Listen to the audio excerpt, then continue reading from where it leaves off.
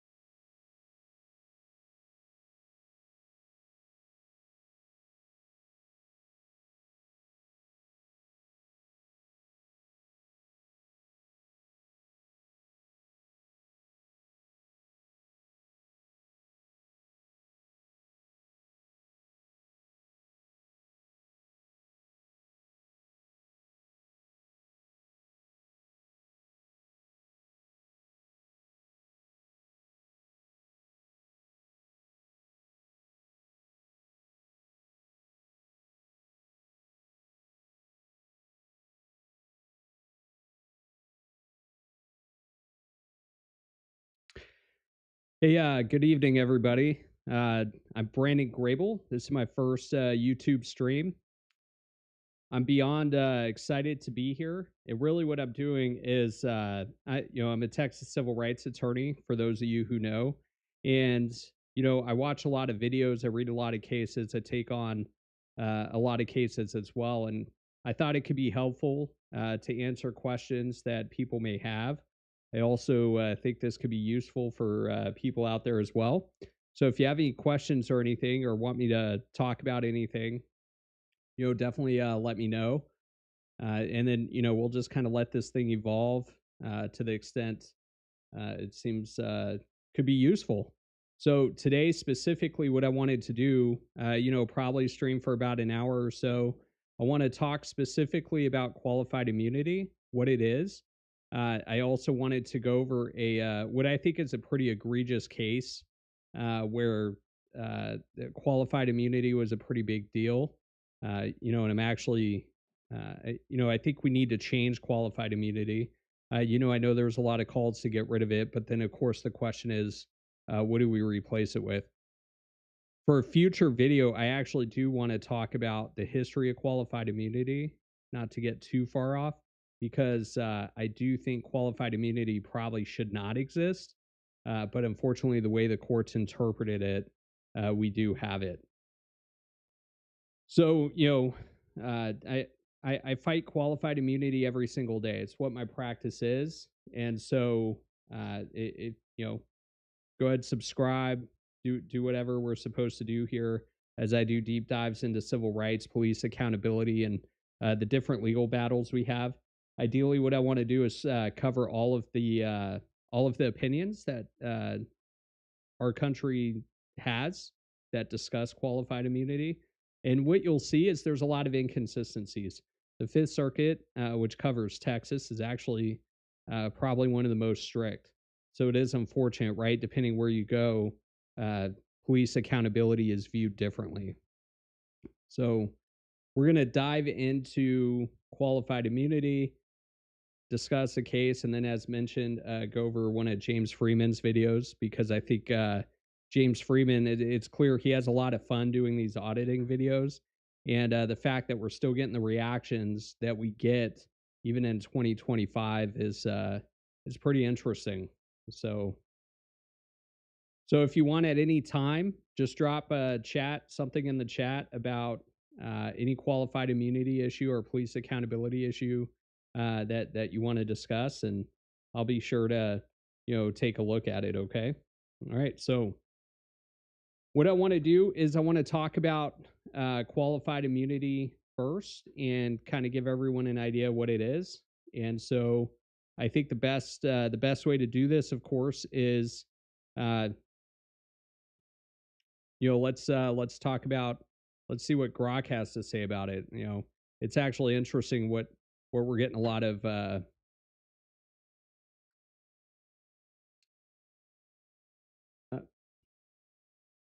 what's happening.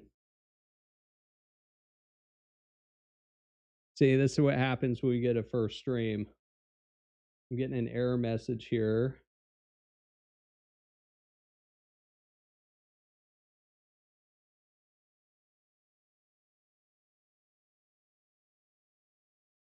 Let me give it a second to catch up.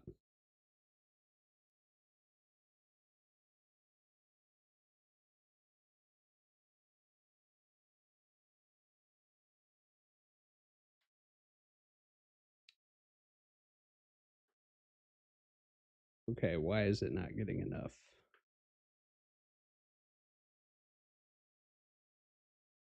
One second, let me just check something here.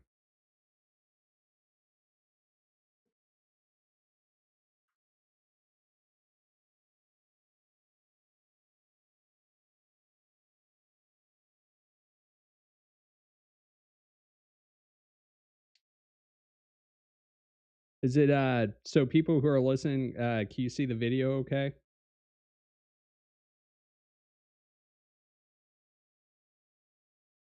Okay. Let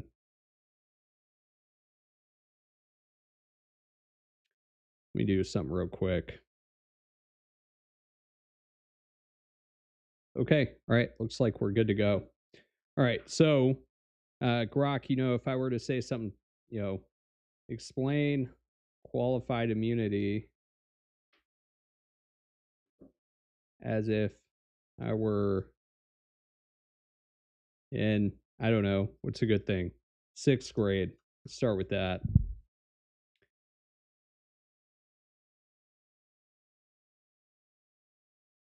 So imagine you're playing a game when some people, like police officers or teachers, have a special rule that protects them if they make a mistake. The rule is qualified immunity. If it means that they accidentally do something wrong, I like that word, accidentally, while trying to help or keep people safe, they can't get in big trouble or sued for it. So, for example, if a police officer is trying to stop a bad situation but make a mistake, qualified immunity may protect them from being punished in court so long as they were trying to do their job. So that's interesting because qualified immunity was obviously designed to protect officers who made simple mistakes, but it's clear that it's gone beyond that. So now, just to clarify, explain the two factors of qualified immunity. See what Grok has to say about that.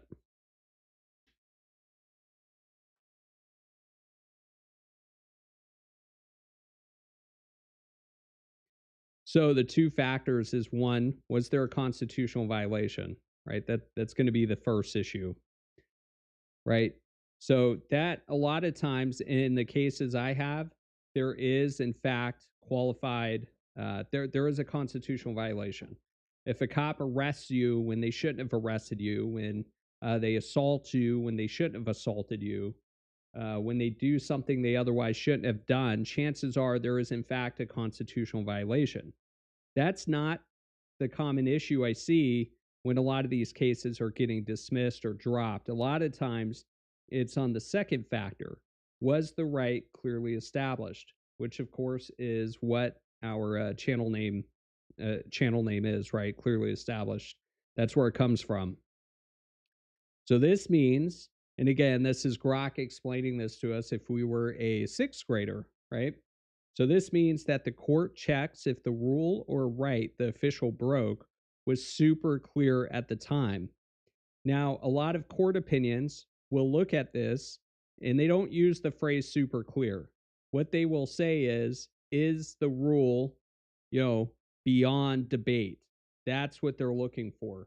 And the way it has to be beyond debate is the court has to have decided the issue previously, right? And if they've decided the issue previously, or there's robust consensus that certain conduct clearly violates a right, that every officer should have known that the conduct, or every government employee should have known that the conduct violated a constitutional right. Now, the issue with this, of course, is that a lot of times you have courts will only answer question 2, right? So they won't even answer question 1. They won't even say, hey, was there a constitutional right in the first place? And what happens is if you have a court that just says, oh, well, the right wasn't clearly established, well, then what happens the next time that same situation takes place? They don't resolve the issue, right? They don't make it clearly established. So that's one of the things that civil rights attorneys really need to be pushing. So if you have a situation where you hire an attorney and they're fighting your case for you, make sure that they are specifically asking the court to make the issue clearly established for the next guy, even if you don't prevail in your case. Otherwise, the court will just keep saying it over and over. Oh, it's not clearly established.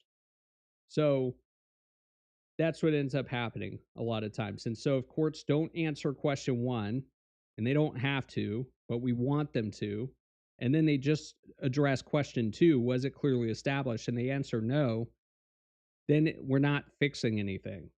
So that's what's got to be important. So, and the key thing is, right, is it beyond debate? Did they break a clear rule, right? For example, it also has to be blatantly obvious, right? So let me kind of switch gears here a little bit. And how successful is qualified immunity? Well, according so the Institute of Justice, they in 2024 they published a report that one of their it's called Unaccountable. Let's see what this is. So Unaccountable, which is like a special project that the Institution of Justice does to study specific police abuses. And what they determined when they did a study in 2024, they analyzed the largest ever collection of qualified immunity cases, more than 5,500 federal appeals spanning 11 years. And the results show that fewer than 1/4 of appeals concerned police officers accused of excessive force. So, what ended up happening? Well, the most common allegation made in qualified immunity appeals was the violation of the First Amendment.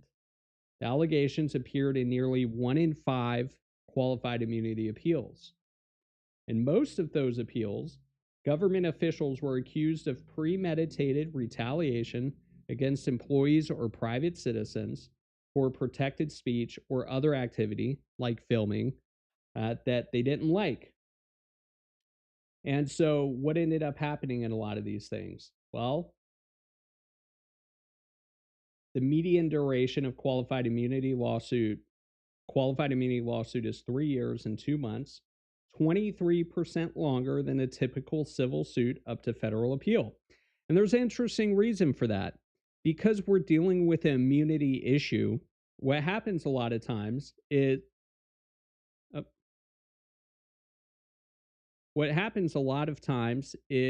one second.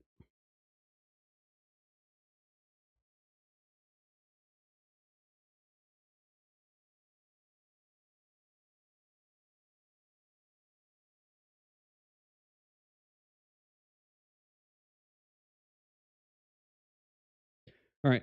What happens a lot of times is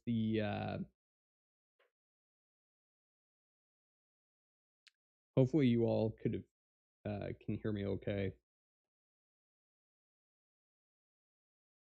And can't have anything go right the first time. I guess that's what happens. All right. So, what happens a lot of times, because we're dealing with an immunity issue, you have courts basically will address so think of immunity as like a gate to be able to be sued. So, in order to go through this gate, the court has to ultimately decide, is there a issue that allows you to go through the gate to continue the case? And so the first check takes place right when you file lawsuit. Right when you file lawsuit, the government official can immediately move to dismiss and say, Judge, just based on what they pled in their lawsuit, I have immunity and they should not get to go through the gate. And then if it goes through and the judge says, hey, look, I think there is enough here, well, what ends up happening is the police officer or government official then gets to immediately appeal. So right when you file your lawsuit, your case can be up at a federal appellate court, and you're already talking about a delay of a couple of months to potentially even longer. So that's a big concern. And then of course, then when it comes back, you do the discovery. And of course, you sometimes have police officers or government officials who are like, oh, I can't remember, it was so long ago. And then of course, after discovery, they're going to move to dismiss again. Before you get to trial, they want to really stop you from being able to present your case from a jury.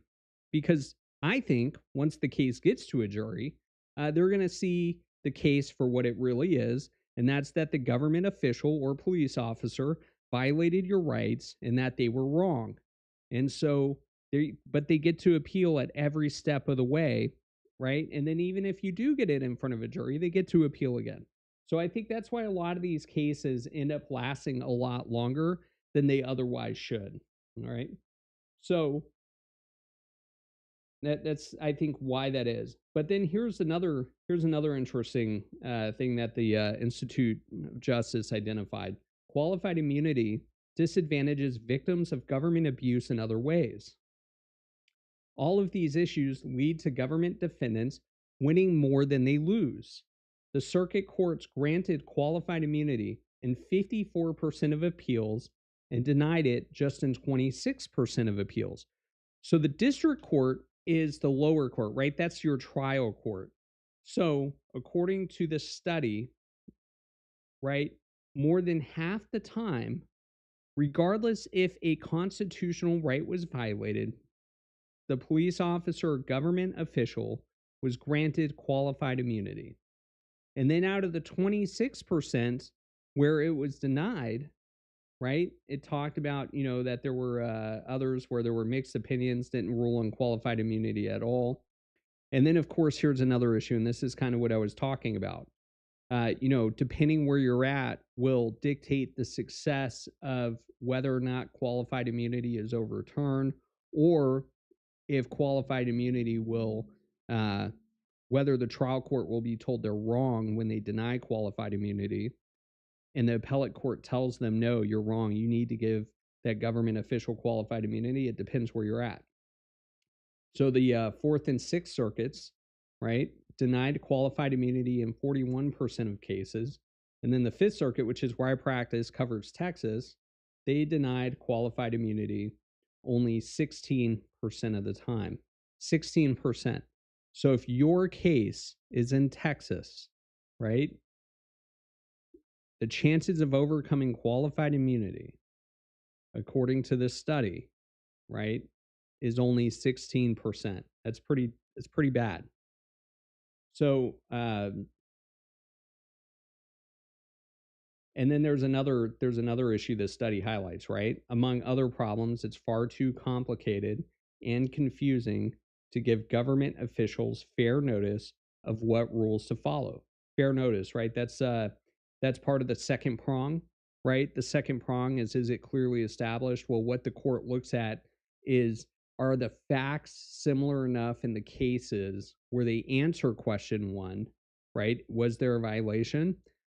Are the facts clear enough or similar enough that it would have given fair notice to the government official that they could be held accountable for engaging in the conduct they engaged in, right? And so courts are, I think, I don't know if it's intentionally purposely vague or what, but to me, I think it's definitely subjective to allow courts to basically determine whether your facts of your case are similar enough or different enough to another case that might help you answer question 2 in your favor. But that's a discussion, obviously, for a different day there. So the doctrine, right, qualified immunity doctrine, appears to do little to thwart burdensome lawsuits. So that's kind of that's initially qualified immunity. It's 2 questions, but it's a high burden to overcome. And for that reason, you have a lot of lawyers who tread carefully in taking these cases because they're ultimately concerned about what that means for their specific lawsuit. Are they going to invest the time and money if they're concerned that they could end up losing this? Okay, 1 second.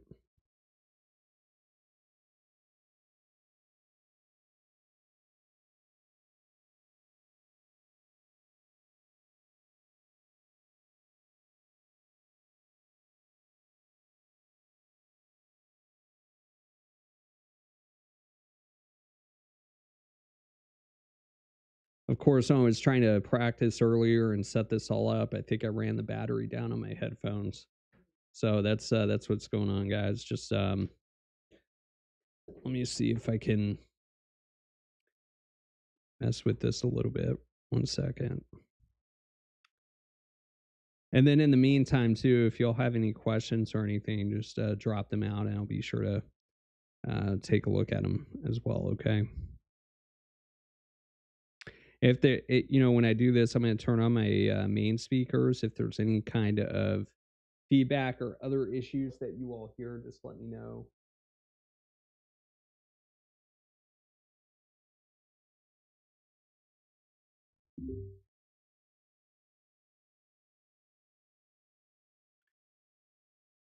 Okay, so that's the landscape there for qualified immunity. So what I'm going to do here is I want to talk about the Jimerson v. Lewis case, which is another Institute for Justice case that they took. It involved a Texas police department. And so what I'm going to do here is I'm going to play the case video that they had on this. And if whatever reason you can't hear it, please let me know so I can make sure I make whatever change I need to on that. But in this, what ends up happening, just high level picture here, is the police execute a no-knock warrant raid, basically a raid in the middle of the night, and they raid the wrong house. Even though they had pictures, intelligence, and everything on the right house, they originally identified a house. It wasn't the right house. They said, oh, maybe it's the one next door, and it happened to be the Jimerson house, and it was still the wrong house. And of course, the officers, in my opinion, I think they did a number of things incorrectly.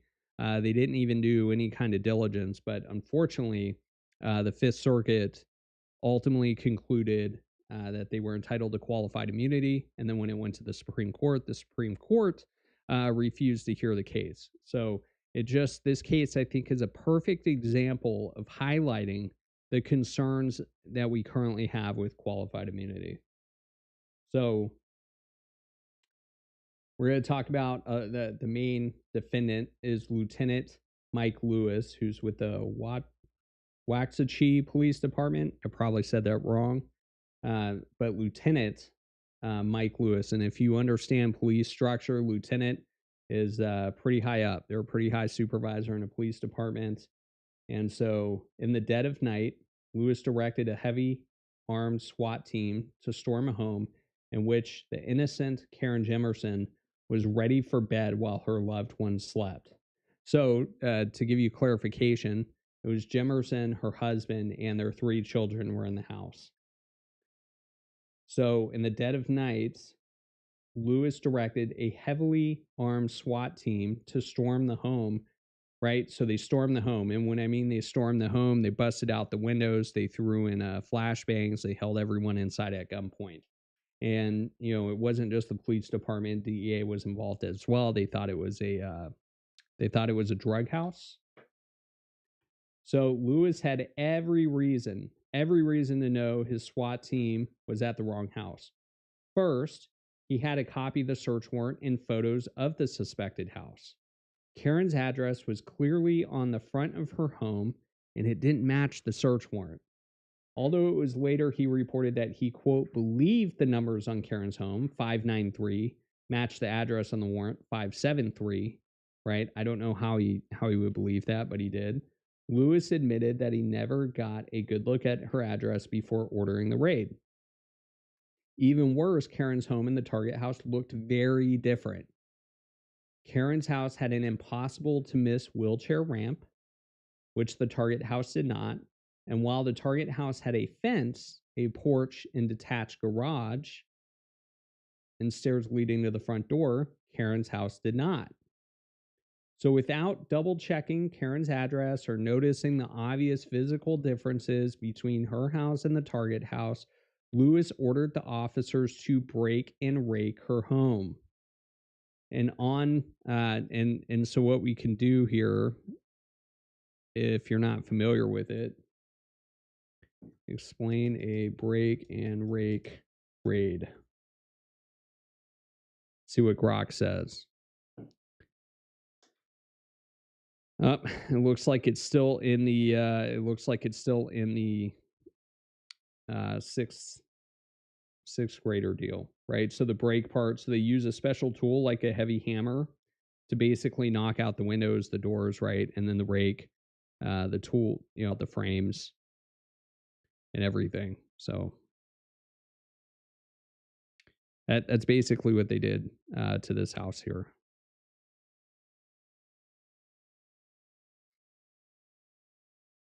All right, so what they did. So we're gonna watch the video real quick, 4 minutes long. On a quiet evening in March 2019, Karen Jimerson was getting ready for bed at her Texas home. She had just finished showering. Her partner and their kids were sound asleep. All of a sudden, Karen heard something. I was headed out of the restroom into the last room to get some clothing.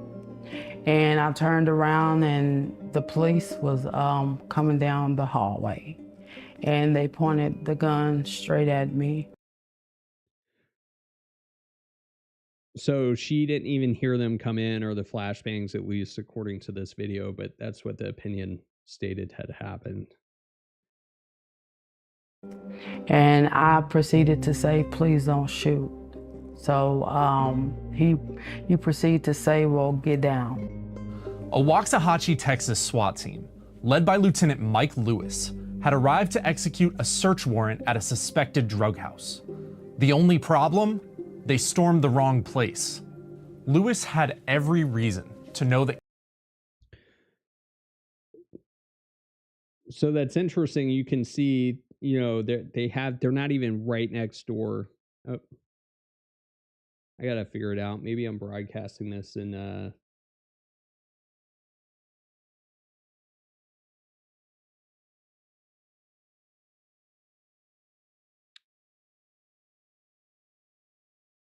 let me see. I keep getting an error message here that says that there's video issues. So if y'all are seeing video issues, let me know. I think I might be just streaming a little high level on this. So I'm gonna try to deal with that later. But so if you notice, the house that they actually broke into, there was a house in between, right? So the house that they were supposed to go into was this one here. You know, looks very simple. You have the gate around it, and it's pretty undeniable, right? And matter of fact, look at this photo. I don't even see a house number affixed at all to the door or anywhere on the house, but you can see it kind of on the driveway there. And then when you look at the plaintiff's house, right, it's no gate, no fence. I'm curious where the ramp is at, though, but it's very clearly two separate houses. Lewis had every reason to know that Karen's house was not his target. He knew the address on the warrant, which did not match the address clearly displayed on the front of Karen's house. He knew the target house had a detached garage and a perimeter fence, while Karen's house had neither. And he knew the target house had stairs leading to the front door. And the reason Lewis knew this too, if you know, and what I can do is link the opinion if anyone's interested, or you could just look it up as well. But what's interesting about this is Lewis actually had images beforehand, right? DEA and people who were conducting surveillance on the target house sent him specific photos. He said that didn't look right. So he was asking for photos of other houses as well, and basically said, we're going to go to this one. So it's not like, you know, it's not like that there weren't opportunities to make the right decision. While Karen's house had an impossible to miss wheelchair ramp. Despite all this evidence that they were at the wrong place, Lewis still ordered his team to shatter Karen's windows, detonate a flashbang grenade in her front yard, break down her door, and enter with guns drawn. I was in a state of mind of what was going on, what is going on. I'm not a criminal or anything, and I'm thinking, well, this can't be real. So I was in a state of shock. Eventually, one of the officers yelled, "Wrong house." The SWAT team left Karen's home in shambles and raided the correct house 2 doors down. I did. So once they realized, as you heard, once they realized they were at the wrong house, they immediately left and went to the correct house. The problem, of course, is that the damage was done. You know, in cases where I have dealt with incorrect raids on houses, a lot of times when you have drug houses, they're empty, right? There's no furniture. There's no indication that people live there. And obviously, when they're going into this house and they see a couple that probably doesn't match the description of who they're looking for, maybe they've saw the kids, the furniture, that the house actually looks lived in, and of course, no drugs. You know, it's just interesting to me. How long did it take them to realize that this wasn't the right house? A lot of times they do these pre-raid briefings to get this right. So why did they not get this right here? All right. Say, how can you make in our house for someone else's house? And they stated that they had been watching our house for a period of time and they just Obviously mistaken it for someone else's house. Not only were Karen and her family left to fix the damage to their belongings, but they also had to deal with the trauma of the raid. Though the raid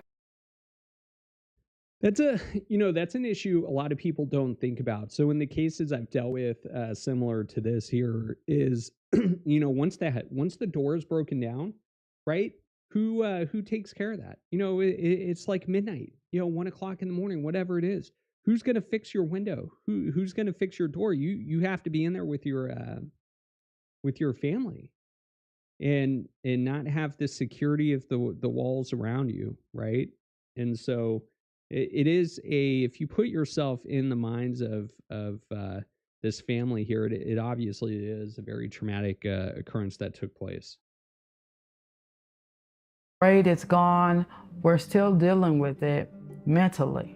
It's just an ongoing feeling where, are we gonna be all right? Are there gonna be any other incidents where it's gonna happen again? The memory is always in the back of our heads. It doesn't matter how much medicine we take, it always comes back. After the botched raid, an internal investigation found that Lewis completely overlooked his department's reasonable and normal protocol. The police chief testified that these mistakes should have never happened. I'm sure they'll cover it, but the police chief actually suspended this individual for 3 days without pay. If you know anything about how cops handle that, they basically just turn in some paid time off, and then they just keep working. It's not like they actually are forced to go home or that they go without pay. They just turn in vacation time, and I think that's another issue. I don't know if that's what happened here, but that's what I see a lot of times. Yeah, but right, it doesn't matter. Even if the police chief found that there was a violation of policy, that doesn't mean there was a violation of a constitutional right. But even if there was a violation of the constitutional right, when this gets to the court, you still have to answer question 2. Was it clearly established that they should have done more than what they've done? And obviously, as we already know, the court determined it was not clearly established, and for that reason, Lewis got qualified immunity. And Lewis was suspended without pay. Even Lewis hasn't argued that ordering the no-knock raid was reasonable under the Fourth Amendment. But when Karen sued, the Fifth Circuit ruled Lewis was entitled to qualified immunity. That felt like they were trying to cover up their wrongdoing. When they try to cover up their wrongdoing, it's like, if it happens to me, it must have happened. I don't think cover-up's the right word. I think what they did was they protected conduct that resulted in the violation of this woman and her family's constitutional rights. And they did so by using technicalities in the law. I don't think that's a cover-up, but they certainly didn't do anything to try to help them, right? And to a lot of people that didn't have any power. Karen deserves to have her constitutional rights vindicated in court. That's why she and IJ are petitioning the United States Supreme Court to hear this case. Qualified immunity should not shield officers from accountability. That's especially true. And they did, of course, petition the Supreme Court of the United States. And unfortunately, earlier this year, that petition was denied without opinion. So unfortunately, they are not going to get any justice. They fought the good fight. Unfortunately, they are left with the consequences. And so what I'm going to do now is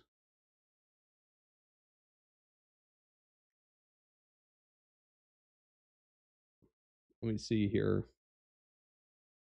So this is actually the Fifth Circuit opinion here, right? Fifth Circuit back in February 2024 is when they issued the opinion.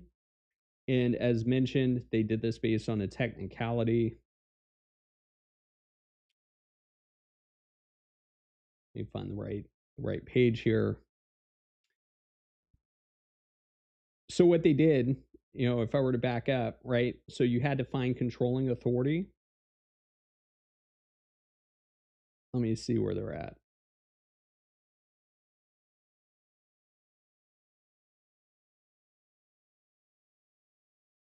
So they get into the facts. Okay.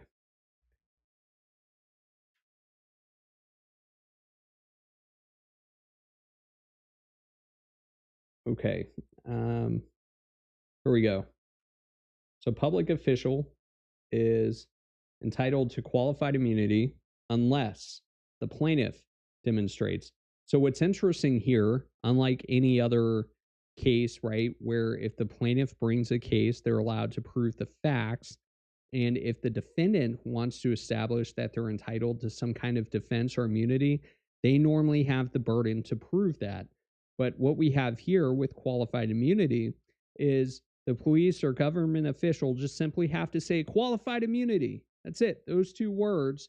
And once those two words are said, the burden then shifts to you, the plaintiff, to be able to overcome that. How do you overcome qualified immunity? Well, as previously discussed and right here, they're entitled to qualified immunity automatically, right? Unless the plaintiff demonstrates, and they have to demonstrate with evidence, right, that the defendant violated the plaintiff's constitutional rights, which in this case, right, there was a Fourth Amendment violation, right? They went into a house, which I think unreasonably went into a house without a warrant, consent, or exigent circumstances. And, right, and the defendant's actions were objectively unreasonable in light of clearly established law at the time of the violation. So we're not talking, the court doesn't discuss here the first question because they don't have to. But two, I think everyone, again, is kind of in agreement that there is a Fourth Amendment violation here. It's just a matter of, did the plaintiff establish that the conduct violated clearly established law? And that's what we're going to look at here.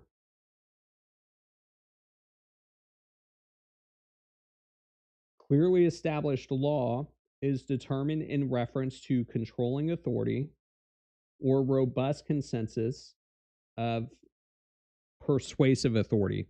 So without getting into too technical about it, what you have is, so you have different circuits, different courts across the country. And so the Ninth Circuit, for example, covers California. The 11th Circuit covers Florida. The Fifth Circuit isn't bound by the Ninth Circuit or the 11th Circuit. So if a plaintiff were to cite to either of those circuits, it would be deemed as persuasive authority rather than controlling authority. So the clear standard here is, they're saying, what the Fifth Circuit saying in this opinion is that clearly established law is determined in reference to, one, you just showed a controlling authority. You can point to one case that's controlling authority. Or if you don't have controlling authority within the Fifth Circuit, for example, you have to do robust consensus of persuasive authority. What is robust consensus? Well, I guess that's really up to the judge. And as mentioned, right, the keystone in this analysis is fair warning. So to overcome qualified immunity, the plaintiffs must cite to a body of relevant case law in which an officer acting under similar circumstances was held to have violated a defendant's constitutional rights. And remember, this only matters if they actually answer that question in those cases. If the courts never answer that question, then the case ultimately means nothing.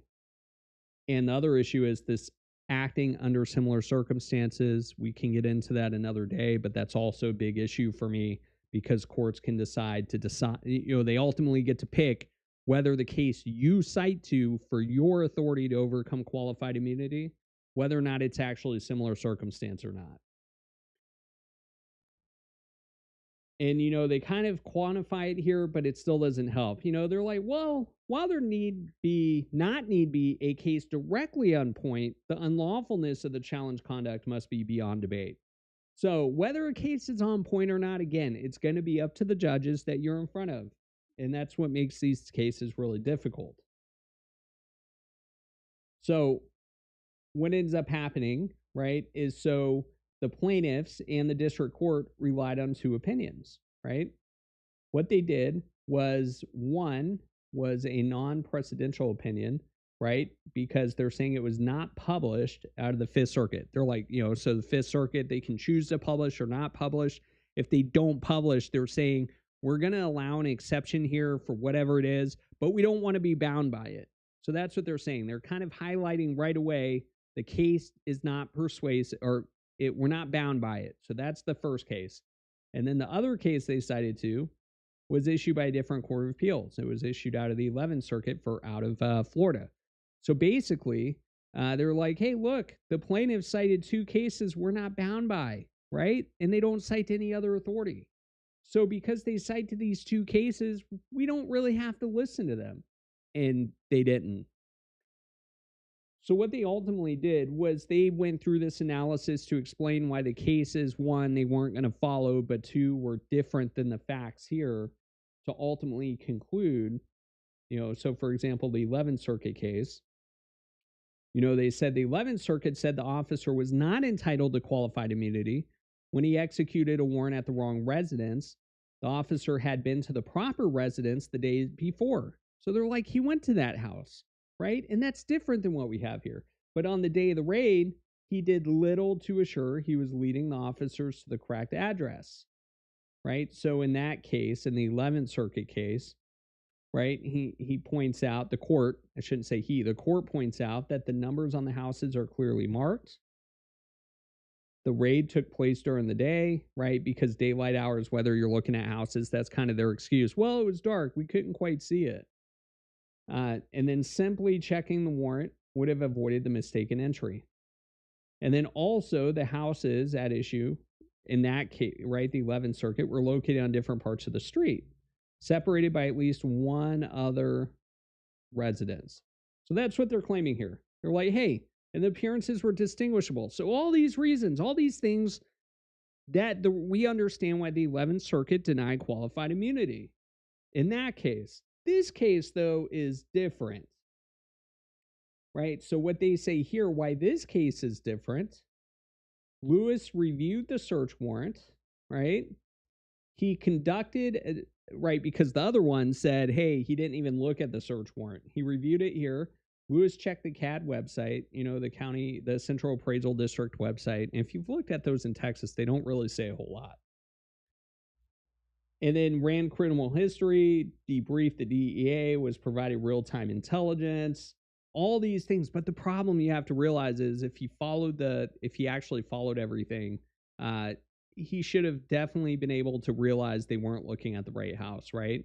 He even said, too, this is what gets crazy. He took note of the front windows, driveway, and the numbers of the front end of the home to confirm the residence. So let me break down what's happening here. Originally, in the 11th Circuit, the other case, they're saying the leading officer for that raid didn't look at the warrant, didn't do any research, didn't try to confirm it. But in this case, in the Fifth Circuit case, right, what happened was the officer did do these things. He looked at the warrant. He looked at photographs. He tried to confirm. But guess what? He was wrong on every single factor. But because he tried to look at it, they're going to say everything's good to go. All right, how insane is that? So as a result of that, unfortunately, they reversed and remanded, right? Because keep in mind, what the trial court did was they said that this officer was not entitled to qualified immunity, right? And they said this case gets to go to trial. Well, when it went to the Fifth Circuit said, no, not so fast. Lewis is entitled to qualified immunity. And so, trial court, you need to dismiss this case. And that's exactly what ended up happening. Of course, there was a dissent And what the dissent did, so it was a 2-1 decision. What the dissent actually did was he compared this case to the 11th Circuit case, right? Where he's saying, hey, look, let's talk about it, right? If you remember what we were talking about.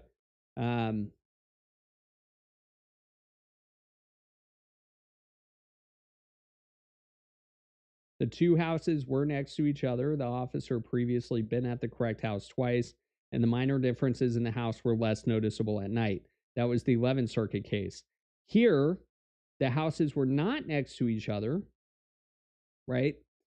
Lewis could have easily checked the number of the target house because there was the number of the target house had a wood beam supporting the home's porch. And there were obvious physical distinctions between the houses, which would have been noticeable even at night. And then even talked about the target house having a chain link fence around it. And the Jimerson house did not have any fence, but featured a wheelchair ramp with waist-high railings along it. But Lewis did not take the same steps as the officer in the other case. So he argued, but again, he highlights, right, the non-precedential case law supports the denial of qualified immunity. But again, the Fifth Circuit doesn't have to rely on that case. But what does the dissent say? It doesn't matter because Lewis had fair notice of the minimum efforts to make sure you don't raid the wrong house.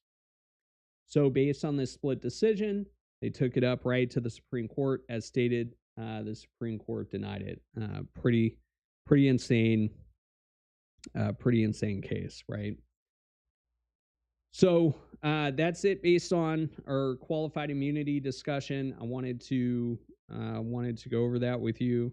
And now we're going to kind of get into the fun stuff, right?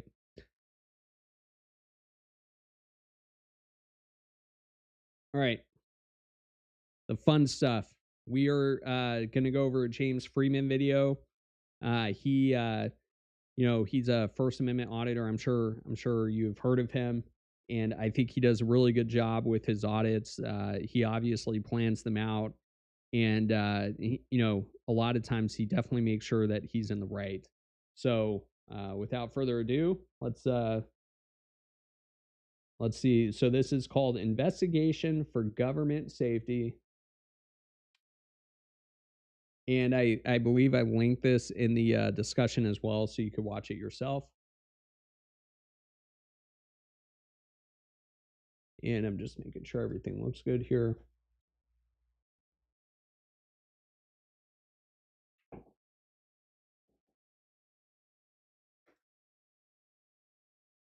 All right, what's going on? Yep, so investigation for government safety. If you treated government the way they treat you, I will tell you, I think he's on point with that there. Police assistance at City Hall. I said I have an individual here threatening me. Threatening you? Yes. Yeah, I'm Kevin. I'm the deputy. Alleged threats. I care of. He claims I committed.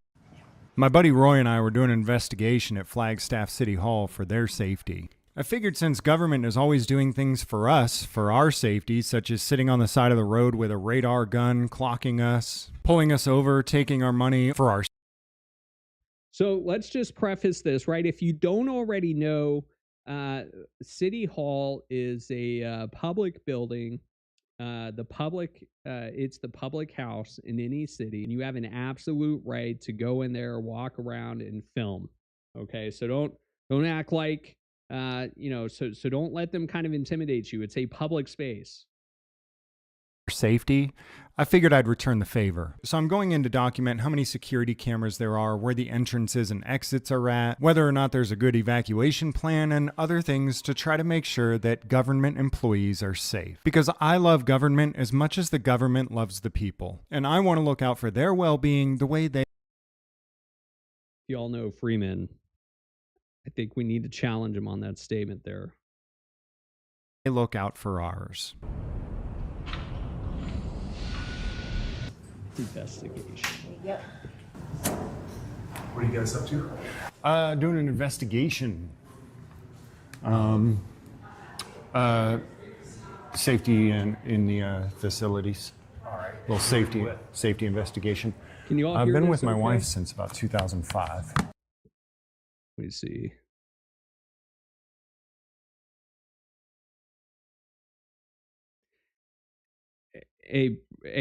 Brent, yes, in Waco. It should be in Waco. If there's an issue with that, obviously you know how to get a hold of me, right?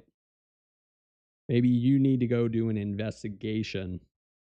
All right. So if you would both sign in. I noticed suspicious behavior from this security. What kind of body camera is that? You see that on his shoulder there? Is that a new thing? Interesting. Guard, so for government safety, I started investigating him. Then I went to take a picture of everyone who had signed into the building that day, in case something were to happen later. All of this is for government safety. I do this for them. All right. And did I got sign him. in also? I got him. Okay, so the fact that a public building is allowed, the fact that they're requiring people to sign in to access a public lobby is pretty interesting to me. And then two, the fact that they don't have a way to hide that information for just some random guy to come photograph it. You know, I think they got to seriously look at that. You're not allowed to take a picture of that. What's that? You're not allowed to take a picture of that. Are you serious? I am totally serious. Okay. I gotta show my boss that I signed in. I don't believe that's the case. But Are I'm you not s- going to allow you to take a picture of You're it. not gonna allow me? Are you serious? Why are you being? It's not public information. It is public information. It's on the goddamn public desk. What is wrong with you?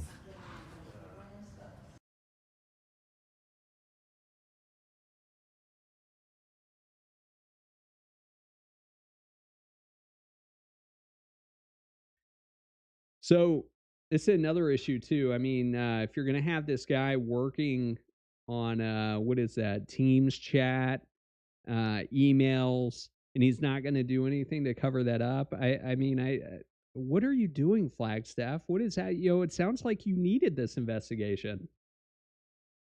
Please give the book back. I wasn't even done signing in. Yeah, that's unfortunate. You don't want me to sign in now? I gave you plenty of time to sign. His interference with my investigation is highly suspicious. Roy and I assume that he must be plotting. So this guy is working on, it looks like, an accident report from a public lobby while being filmed. And he's concerned. Oh, I hope Flagstaff realizes what they did here and they make some changes. Something. And for government safety, we're going to get to the bottom of it. You can't film this. Yeah, you can. No, you can't. Yeah, you can. Calm down. You calm down. Whoa. Whoa. Whoa.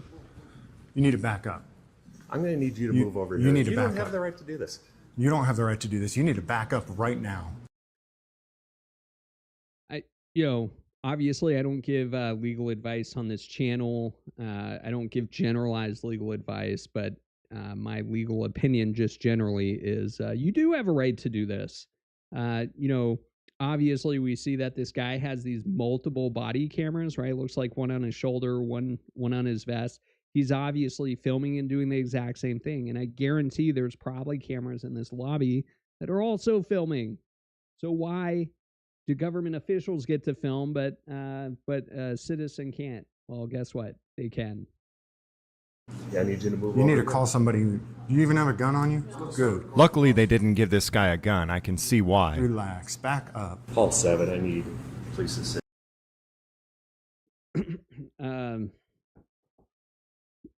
Police aid. He doesn't have a gun. 1 second. Look at something here.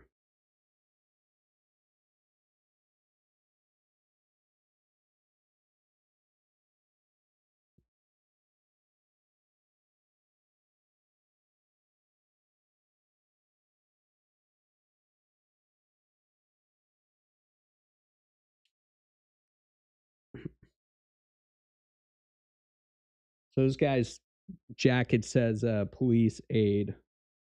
So in Arizona, a police aide, sometimes called a police assistant, is a non-sworn civilian role within law enforcement agencies, focused on support tasks. So non-sworn. Okay. So they don't swear to the Constitution. That's interesting. So these guys wear uniforms, act like they're cops, but they don't have to take an oath that they're going to uphold the Constitution. It makes a lot of sense now, doesn't it? And then according to Grok here, the legal authority is no arrest powers, no firearm carry, no initiation of criminal enforcement. So they just have bark, if that. That's it. Can only assist sworn officers. Their duties include handle low-risk calls. So we just saw them doing like an accident report, it looked like. Database research, report filing, community outreach, self-initiated patrols on non-criminal issues. Let's see. What do you have to do here?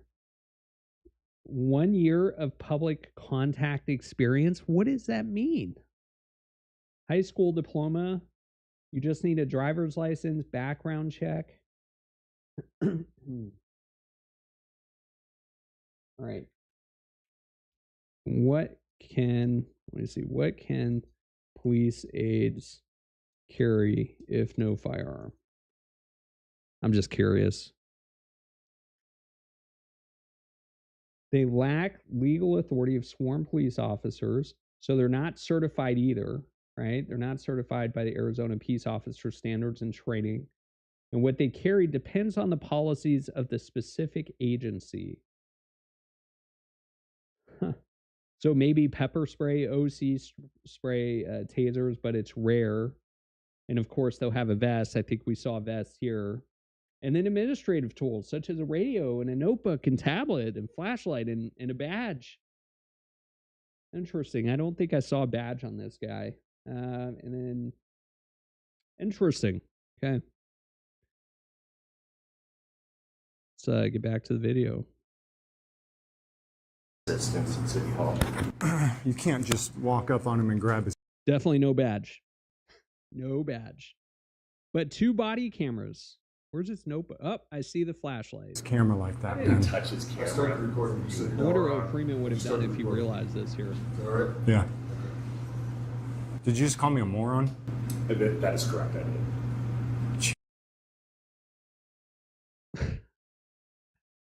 Never. Jesus. You just said that. Just be quiet and wait. Just be quiet. Go sit I down. need you to move over here. Wait for your cops. Go sit down. I need you to move over here. So Freeman just said, wait for the cops or wait for your boss. Freeman, did you know that this guy was a rent-a-cop or not a real cop? Go sit down. You're fine, ma'am. No, I want to just have a moment really quick. Yeah.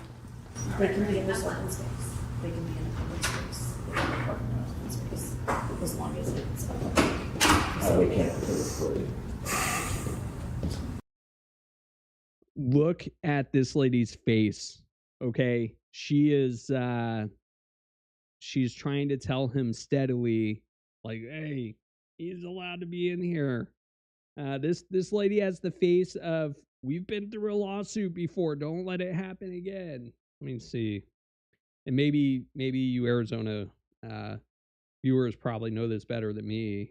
How many times has, I'm going back to the Grok machine, has Flagstaff been sued for First Amendment violations? See if it knows this. It might not know this. I don't really know the capabilities of AI. Let me see. Searching. Yeah, it's challenging.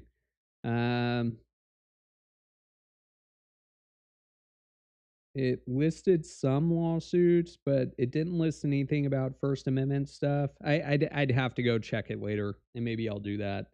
But again, her face says it all, right?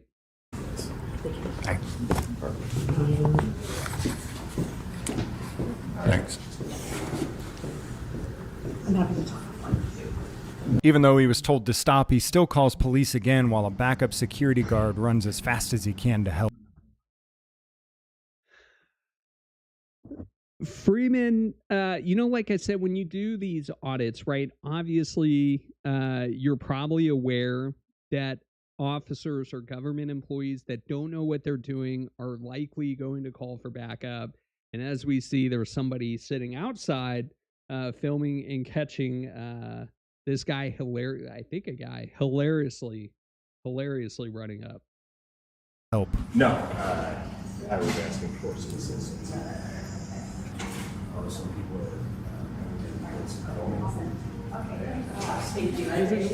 You bet. He doesn't know how to handle this. It's 2025. got one individual.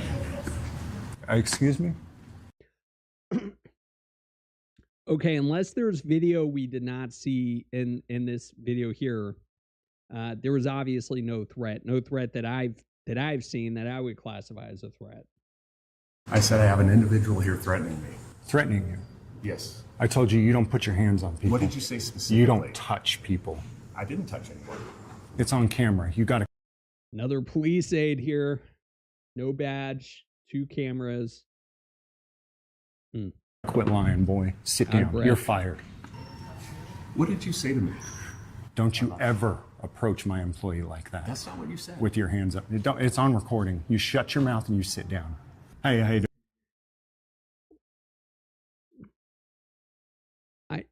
Freeman is not wrong, right? When the premise of his video is if you treated the government the way they treat you, I'm surprised that Ryan is taking it like a champ. I guess that's because he's not a sworn police officer. Otherwise, Freeman probably already be in cuffs. Wrongfully, of course, but definitely in cuffs. How you doing, sir? Good. I'm James. James, nice to meet you. Nice to meet you, Police sir. Aide Crockett, yes, sir. What was it? Police Aide Crockett. Police Aide Crockett? Good to meet you. Yep, likewise. If he's done, I can carry on with my investigation. I think he wanted to call the police and escalate some, so I just don't want to leave, and make it look like I'm running or something. Does that make sense? So. Understood. Yeah, we're just. Sure. So if you want me to wait here, I was going to wait until, yeah, sure. Thank you. Otherwise, I got an investigation to do, so. But, Appreciate it. hey, How what's you up, guys man? doing? Good, I'm James. Good, I'm Kevin. I'm the deputy city attorney. Hey, Do Kevin. you guys want to do some filming? Just doing an investigation, that's all. Just checking. So I'm going to try to get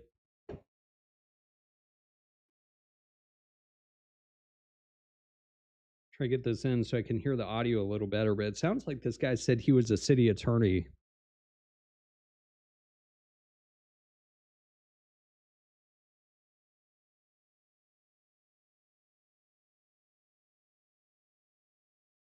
And how many security cameras there are, entrances, exits. Yeah, you guys are welcome to stay anywhere that is public.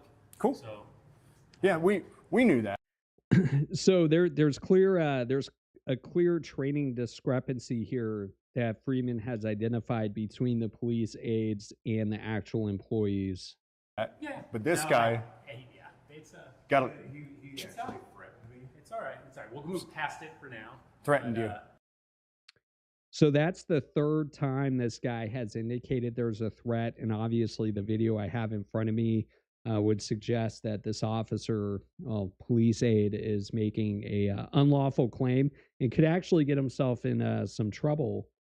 At least if this was in Texas, I should clarify that. But it's interesting that the city attorney didn't take it seriously. He must know who Freeman is. No, let's make sure and make a police report on that. He doesn't need to. Let's make a police report on that. You don't need to interview my staff. You can just. Well, let's make a police. He says he claims I committed a crime. I think that should be reported to the I police. think we're good. I think we're good.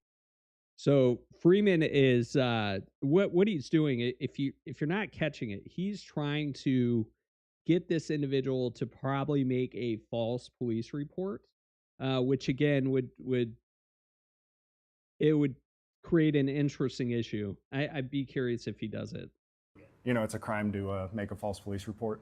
You guys are allowed to do what you want and do your Let thing, it but you're go. really not supposed to be talking to staff. No, I can talk to anybody. You can't. You're a you don't city. have- So he absolutely can talk to staff. Now, if they didn't want him talking to staff, put the staff in a restricted area. Don't leave him out in the public. And the staff could just ignore him too. To talk to you. What's your name? My name is Kevin Finsel. Kevin has been aggroed. What are you going to do, Freeman? And you don't need to interrupt them when they're doing their work. I didn't interrupt anybody. He aggressively went at my cameraman like he was going to attack him. Kevin, what was your We're name? trying to move past Okay, so Kevin, what's F-I-N-C-E-L. F-I-N-C-E-L? E-L, yep. Okay, and where'd you get your law degree from? Okay. Oh, man. Let me see if I remember his name.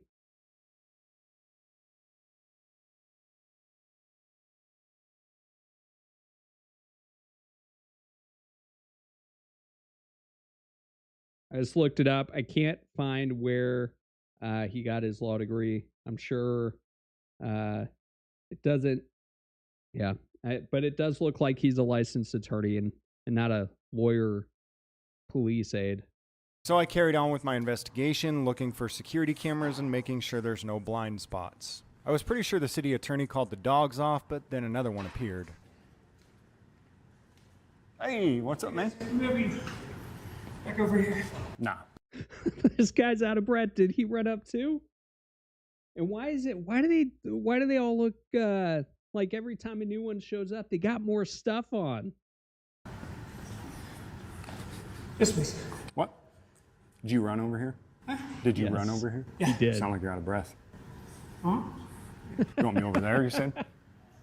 Did you say you want me over there? We're just in the middle of the city. This guy's got a badge on. You see that? It's the smallest badge I've ever seen. Was that issued? Does Freeman ask about that? Did you say you want me over there? Yes, please.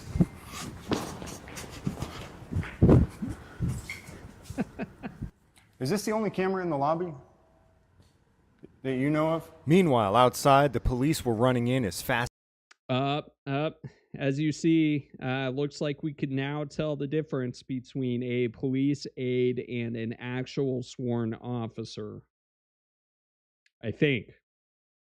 As they could to respond to the call of somebody threatening the security guard. And again, but I'm running. sure I that don't- as soon as he finds don't know out that why. I'm just here for his safety, he'll thank me for my service.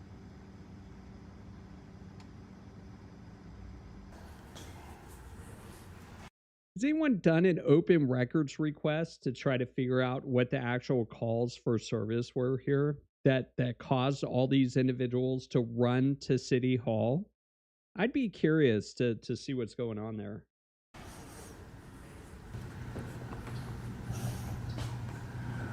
Those are arguing or something. Okay. One of those? One of those? I don't know.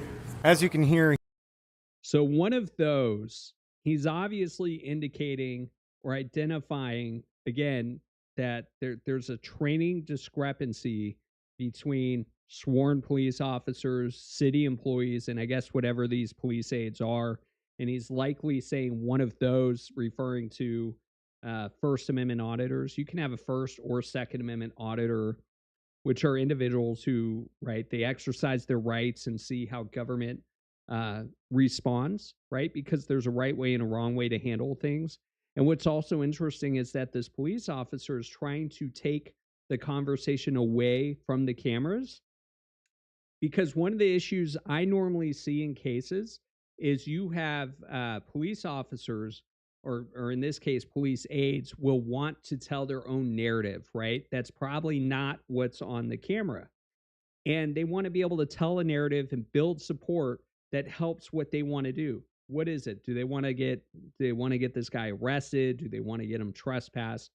Who knows? But what they obviously don't want is whatever they're telling this police officer, whatever their narrative is, they don't want that discussion to be placed on video. Why? Because Freeman will probably make them look stupid. Well, they already kind of do. But they obviously don't want this on camera. They don't want this on YouTube. So their goal is to carry the conversation away. And you'll see that. You'll see that across every video. If they are aware of what's happening, they're going to try to move that conversation away. he says, "Oh, one of those." He knew I was just here for government safety. Thank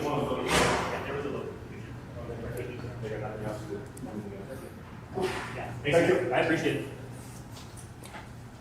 So again, the city attorney gets involved and says miscommunication, training discrepancy. You know, Freeman did a good job here pointing that out. And I think the city attorney, I guarantee you this police aide behind the desk is he has since been trained. And I guarantee you if you all go back to City Hall and do this and he's working there, he's going to handle the situation a lot differently. So in this case, what Freeman did was A+.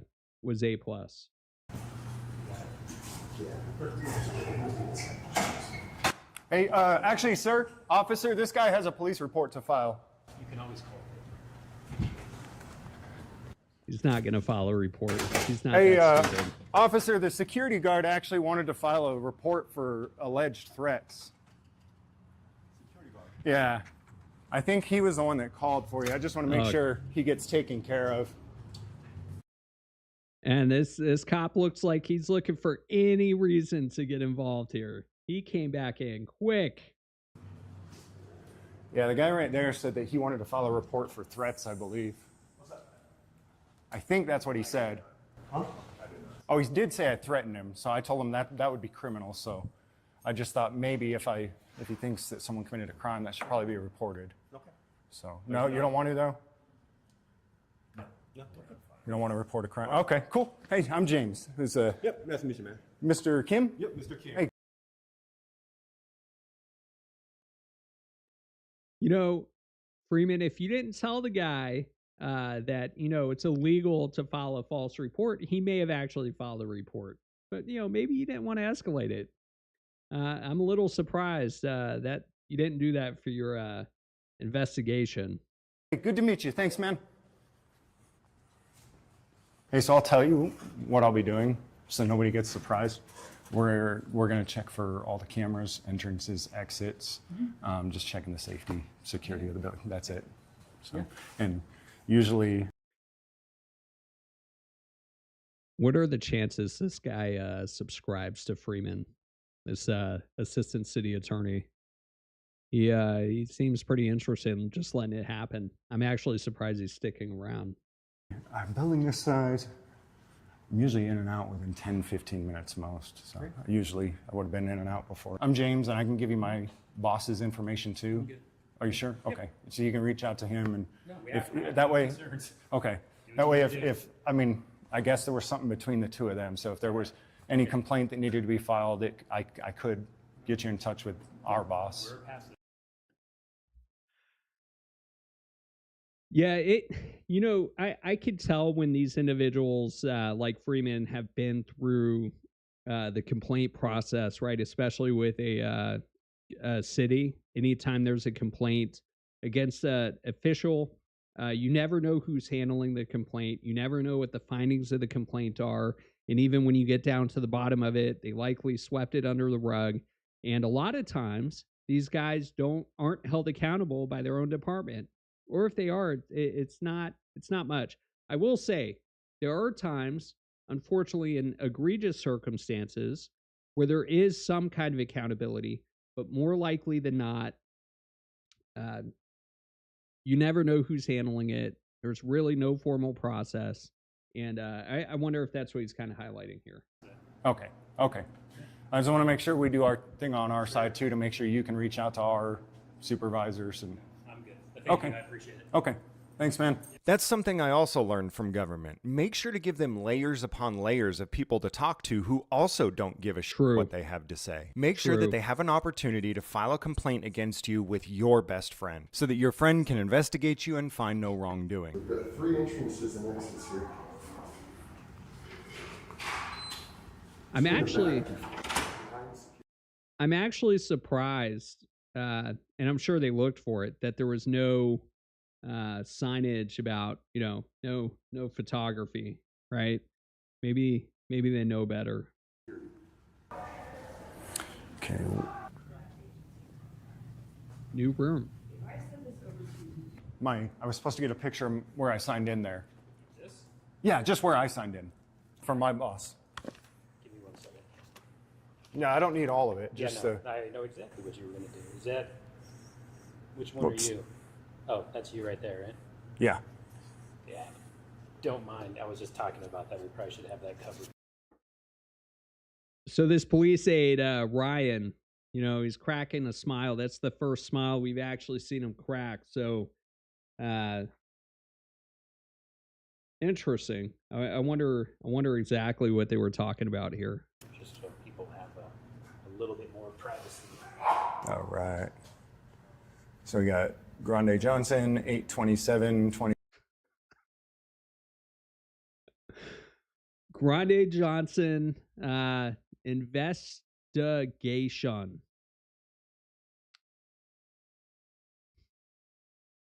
Maybe that's why he was laughing. I don't know. There you go. I still don't understand the sign-in log for a lobby of a city hall. 2025 here for. If you have to, if you have to sign in to go to City Hall, I want to hear about it. I'm curious. I think I'm gonna do some research on that. That sounds like a bridge too far. So if that's a occurrence you see, I'd definitely like to hear about that. An investigation, and then below that we got Woody Smith here for water. People don't have to sign in either, though. They probably think that they have to, though, don't they? We prefer it. Prefer. Yeah, we ask them to. Can I ask why? We've had some security issues here in the past. It's like real security issues, not like somebody pretending there's an issue. No, we had to get a protective order against a person, yeah. Has anyone done an open records request to see if that's true, or is this guy just blowing smoke? Okay. Threatening one of the people in that office, yeah. Is Greg fairly new? He's been around Greg is new. the city for a while, but Years, maybe, or? I'm good. We don't get many First Amendment auditors here. We get one about every 3 years. What's that? Just people coming in and wanting to just utilize or take advantage of their First Amendment rights to come into a building like this and film and Take advantage of First Amendment rights? What does he mean by that? do exactly what you're doing, do an investigation in a public area. Oh. So Investi- sometimes people get, they see a camera in City Hall and question whether that's allowed, and it is. It's allowed, public areas, and sometimes we just have to confirm that. You say audit, like the is that kind of like a common term I think people talk about when. And you call that an audit or something when they go after the cameraman? No. The person who has the camera is called the First Amendment auditor. So if you, I want to know, right? So this is what I do in my Texas cases. A part of discovery is to find out what kind of training officers get, right? Because you want to know, or government employees, you want to know if they're getting consistent training. And it's interesting how, in this case, well, this guy's an attorney, right? So maybe he knows better than, say, the police aide sitting behind the desk. But it is interesting how people view what Freeman is doing differently. you like Google for First Amendment auditors, you'll see videos. Really? I can Google that? What is it? And that's just when you have a camera, you're a First Amendment auditor? I think it's a general term people use. And that's somebody who records, who films stuff? I think that's what they refer to them as, yes. I just never seen something like that before, where somebody went after my cameraman. Now, as we all know, when you investigate people and find out that. So these are the findings of his investigation. I mean, he actually, Freeman put some work into this. Now, I don't know if the ticket's going to get paid, but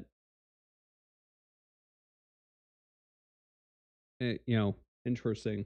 Yeah, good stuff. That they're doing things that are unsafe, you have to demand money from them. Remember, always treat your government the way your government treats you. Do you have any idea why I'm going to stop you today? So that was, great video. Like I said, Freeman, he, I like the way he does his audits. He definitely has a theme in mind. He's, he doesn't cross the line. And, if something were to happen, such as him getting arrested or his things seized, he actually puts himself in a pretty defensible position. and a position to overcome the high burden of qualified immunity. So if you have any videos or anything you want me to kind of break down, or cases you want me to talk about, definitely reach out to me. I put my Twitter or my X in the description. You can also reach out to me as well. My law firm is grable.law, grable.law. But other than that, there's no questions or anything. I'm going to end the stream. Okay. I appreciate you all listening in, and I'll see you all next time. Okay.